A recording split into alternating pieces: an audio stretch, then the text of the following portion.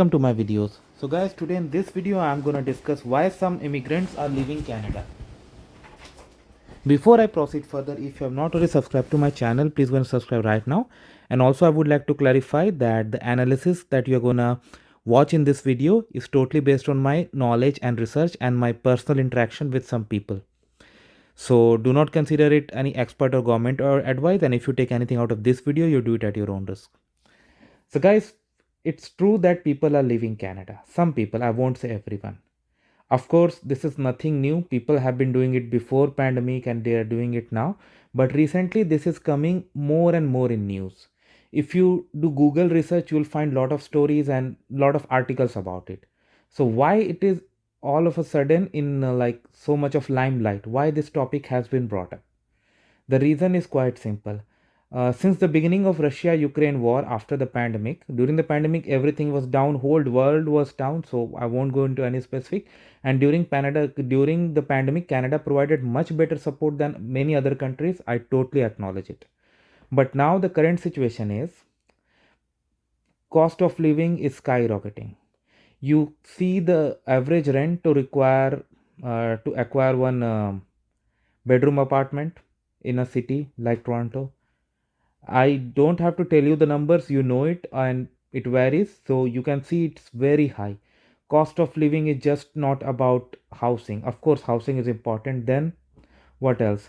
Food. You see the situation, how expensive our food has become. Everything has expensive. Like lot of we are even dealing with shrinkflation, where we pay the same amount for a package of food, but that quantity in the package has been shrinked. It is happening everywhere.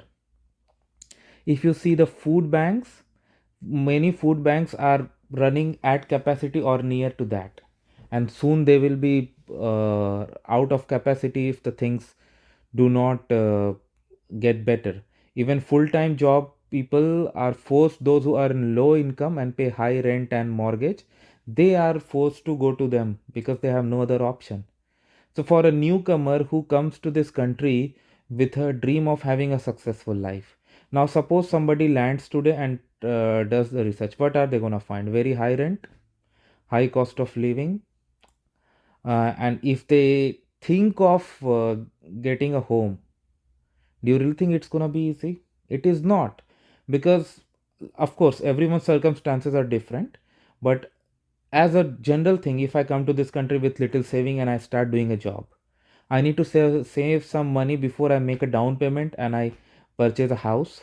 So making saving for down payment is not easy nowadays, because most of the money that you make, even if you make a six-figure salary somewhere in Toronto, you still would be paycheck to paycheck because you're not saving enough. So the amount of time for you to save your down payment is high, and during that time what's going to happen? Prices are highly volatile. They're still very high, but they're highly volatile. I mean to say, like, we don't know things. Like, we see a lot of prediction, but nobody has a crystal ball to tell us that in which direction it will head from here, considering a lot of fluctuations that we have seen in recent times. So they're not able to save for the house. So many of them are under the impression that unfortunately we will never be able to own a home. And it's not just about the new immigrants, even the young generation, those who are now getting into adulthood, and when they are seeing their exorbitant prices, they are coming under the impression, okay, sorry, I cannot afford this home. If I start my career today, 50,000, 60,000, $70,000 salary, it will take, it's not, it will be very hard to survive. I'll be surviving paycheck to paycheck, maybe in a small town or somewhere in a rural area. How will I make up enough money for home? It's too bad. So these are the reasons some immigrants are leaving. I won't say that this is something new. I won't say that this has never happened before. People do move across the world, right, from various countries. There are people who have lived in multiple countries, so that's absolutely okay. But recently, because of high cost of living and other things, this is coming into the picture, and because of all such reason, now few other points I would say, like, government is taking steps, but it will be, I mean, we'll see. And because of this high cost of living and these pressure, people have lot of like mental people need mental support also. Like, you imagine you are making six-figure salary and still living paycheck to paycheck, you need some kind of support, right? Sometimes people are able to handle this pressure, considering they may be able to successful in future, but sometimes they cannot and they just leave. So it is happening, it is happening.